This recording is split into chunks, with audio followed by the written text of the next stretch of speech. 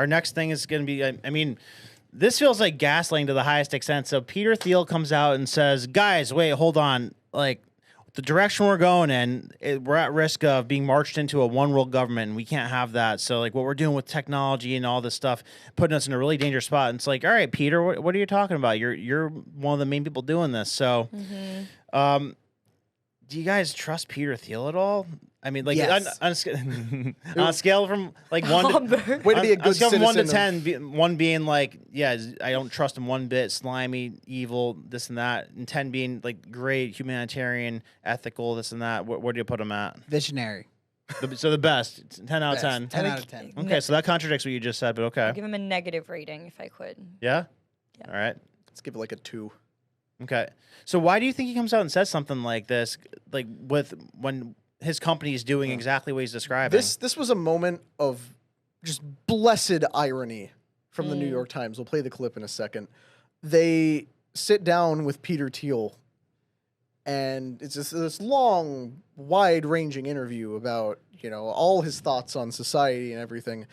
And he talks about how there's going to be a natural disaster or the threat of climate change or threat of AI or something like that causes humanity to rally behind a one world government. Like he quotes the Bible, talks about the Antichrist. And at no point does the guy from the New York Times ever question, hey, Pete, aren't you a good contender for that figure? Yep. Creating a one world government, mass global surveillance, one world currency, mark of the beast type stuff. Aren't you a contender for doing that? No, he just glosses right over. The Let's hear it New York Times. straight from the horse's mouth. They Let's hear lie it. all the time. Let's roll this thing. This is my very specific question for you, right? Is that you're an investor in AI. You're deeply invested in Palantir, in military technology, in technologies of surveillance, in technologies of warfare, and so on, right? And it just seems to me that when you tell me a story about the Antichrist coming to power and using the fear of technological change to sort of impose order on the world, I feel like that Antichrist would maybe be using the tools that you were building, right? Like, wouldn't the Antichrist be like, great, you know, we're not going to have any more technological progress, but I really like what Palantir has done so far, right? Yeah, I mean, isn't that a concern? Wouldn't that be the irony of history would be that the man publicly worrying about the Antichrist accidentally hastens his or her arrival? There are all these different scenarios. I obviously don't think that that's what I'm doing. I mean, to be clear, I don't think that's what you're doing either. I'm just interested in how you get to a world willing to submit to permanent authoritarian rule. Well, but again, there are these different gradations of this we can describe, but is this so preposterous, what I've just told you, as a broad account of the stagnation that the entire world has submitted for 50 years to peace and safetyism? This is 1 Thessalonians 5:3. The slogan of the Antichrist is peace and safety, and we've submitted. That's what Palantir is. Yeah. So from that clip, I don't really get what the article headline was like. So the article headline was spinning it as if he is warning about an authoritarian one world government, but right there he's kind of defending that he's not trying to become that. So yeah, well, this next clip puts it equally into perspective, because this is where Peter Thiel won't even argue that he wants the human race to continue existing. You would prefer the human race to endure, right? You're hesitating. Yeah, well, yes? I don't know. I would. This is a long hesitation. This is a long hesitation. There's so many questions implicit in Should this. the human race survive? Yes. Okay. But I also would I also would like us to radically solve these problems. Right. And so, you know, it's always, I don't Radically. know. You know, yeah, transhumanism is this, you know, the ideal was this radical transformation where your human natural body gets transformed into an immortal body. And there's a critique of, let's say, the trans people in a sexual context, or I don't know, a transvestite is someone who changes their clothes and cross dresses. And a transsexual is someone where you change your, I don't know, penis into a vagina. And we can then debate how well those surgeries work. But we want more transformation than that. It's the critique is not that it's weird and unnatural. It's, man, it's so pathetically little. And okay, we want more than cross-dressing or changing your sex organs. We want you to be able to change your heart and change your mind and change your whole body. And then Orthodox Christianity, by the way, the critique Orthodox Christianity has of this is these. Is what? That things don't go far enough.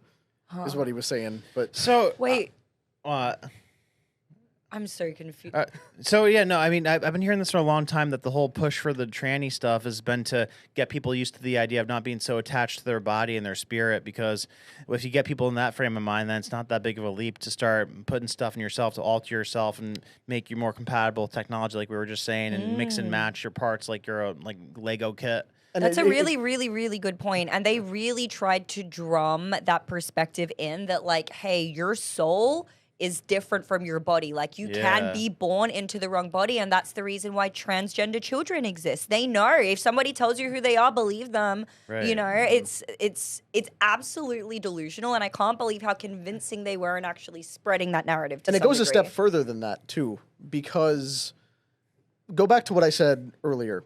Excuse me, about the way that AI is kind of weaving itself together in a black box that nobody can actually see into. We have no idea how these things are developing. Let's say, hypothetically, theoretically, that the crazy extreme conspiracy theorists are actually correct, and that AI development in this kind of technology is actually how malignant, malicious spiritual entities are taking on a physical form. They are creating a form for themselves to enter the world. You could see how the transhumanist argument of integrate yourself with the machine, accept AI-compatible things into your body, Neuralink chips, thinking computers, all this kind of stuff. It's merge yourself with this. It's not just about making the human body a machine. It's about making the human body a host to something. Correct. Something has entered the world through what we are developing, and it is now being hosted in living human bodies, where now your mind, your body, your various organs and parts are all at the disposal of something that is taken over from the inside. And I know that is makes me sound like I'm absolutely nuts. No, he literally said that is literally what he said. He said we can change hearts and minds. No. He said it's not enough to change organs. He wants to change hearts and minds, which is exactly what Connor described. One on time. Well, this is the line New York Times doing it again. They lie about everything. They twist everyone's words. Like, I think that this was an unfair interview. Peter Thiel is an incredibly smart human being, all right? And he is a Christian, all right? And we are facing these questions right now. There won't be any answers that we like. There won't be any answers that we're comfortable with. We are not in the end times. We're in the starts of the AI times. We already lost control of the machine, and he is trying to find a way to harness it. All right? You're kind of going against what you just said, though, because what you just said. I don't have to agree with myself, Brandon. But I have to call it out, though, because I was just saying in the last one that, I mean, I'm not all the way there on this, but maybe it's not that bad if we integrate ourselves to some degree, if like we maintain our spirit. Like, I mean, it shouldn't be a thing where we're losing our identity or like having something else influence our thoughts. But if we're able to like optimize ourselves more, like if we're able to not have to sleep as much, or if we're able to, like have ChatGPT in our head, basically, that'd be cool. They're if we're able calling to you a fed, have GPS in our head, huh? They're calling Humberto a fed. Yeah, I know, right? I'm a fed. But like, here's right. the, Like, is that ungodly to integrate stuff that we created into ourselves? Because like it's ultimately creation of God if it's creation of us. No, but there's so many things that have been created by humans that are utterly destructive. And would you say that's of God? Yeah. we created coronavirus. Yeah. Why don't you accept Heroin. coronavirus into Yeah, your why body? don't you go take that mRNA vaccine with the coronavirus while you're at it? You know what I'm gonna miss? Being dumb. It feels so good sometimes just to do dumb things. You know, like just where's live in the my woods. phone? Where's my phone? You have it in your hand. Or you your know? head now. Or Next. well, you're gonna start losing your phone. But I think we're going too deep.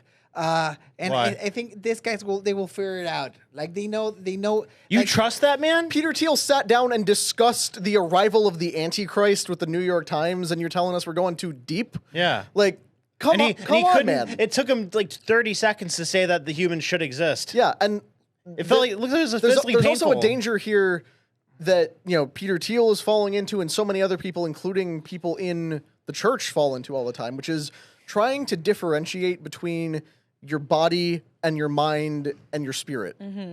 Those are not three separate things. There might be separate concepts that can be addressed separately, but like you are not a soul inhabiting a body. You are not a mind that is steering a body. Like, you are your body. Your body is you. Your body is your soul. You're like, wait, are you saying your soul is one with your body and they can't be disconnected? They can be disconnected after death. Right. The soul is the part of you that lives on after death. Yeah. But what I'm saying is there can't be this disconnect between the soul and the body, because that's a heresy called Gnosticism. This was a thing that happened to the early church, where there were people came in, they were called the Gnostics, and they said, well, because all that really matters is your spirit, if your spirit is a Christian, then nothing that happens to your body can be an act of defilement. So they would have, orgies and every other degenerate thing they could think of. That's Loophole what there. I'm not doing. It was all about, the physical gratification, because you couldn't defile the body, because only the spirit was what needed to be sanctified. Oh. But the rebuttal to Gnosticism is no. If you give yourself to God, you are giving your soul to God, you are giving your thoughts to God, you're giving your spirit and your body, because those are all you.